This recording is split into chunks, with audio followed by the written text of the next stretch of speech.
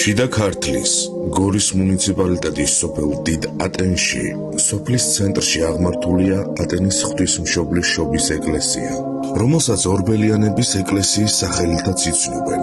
ეს უნიკალური ტაძარი მე-7-მე-9 საუკუნეებით თარიღდება და ქართული საეკლესიო ხუროთმოძღვრობის ერთ-ერთ გამორჩეულ ნიმუშს წარმოადგენს. ჯვარ-გუმბათოვანი ნაგებობა გეგმაში მარტივ, თანაბარ-მკლავიან ჯვარს ქმნის. არქიტექტურულად ეკლესია მრავალი საინტერესო დეტალით გამოირჩევა. თითოეული მკლავი თითო სარკმლით ნათდება, ხოლო 8-წახნაგა გუმბათის ყელში 4 სარკმელია განთავსებული. გუმბათის ყელის სიგანე ჯვრის მკლავებთან შედარებით თითქმის 1.5-ჯერ მეტია, რაც ტაძრის შიდა სივრცეს განსაკუთრებულ სიდიადესა და სინათლეს ანიჭებს.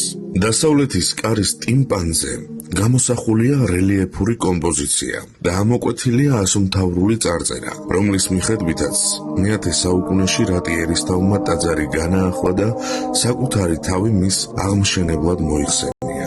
წარწერა სიტყვასიტყვით რომ გადავთარგმნოთ, ასე იქნება: ქრისტე ადიდეურს სავე ცხოვრებასა, აქ ახორციელებრ და წინაშე შენსა სულიერებ, რატიერისთავი ძეიგი ლიპარტიერისთავის, რომელმან აღაშენა ეს სახლი ღვთისაი და ბჭეიცათაი წმინდა ეკლესიაი, სალოცველად სულისა მათისა.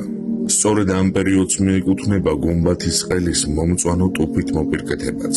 სამხრეთის კარის არქიტრავზე მოთავსებული მხედრული წარწერა კი გვაუწყებს, რომ დასავლეთის მინაშენი 1870 წელს მღვდელ დავით დავიდოვს აუგია.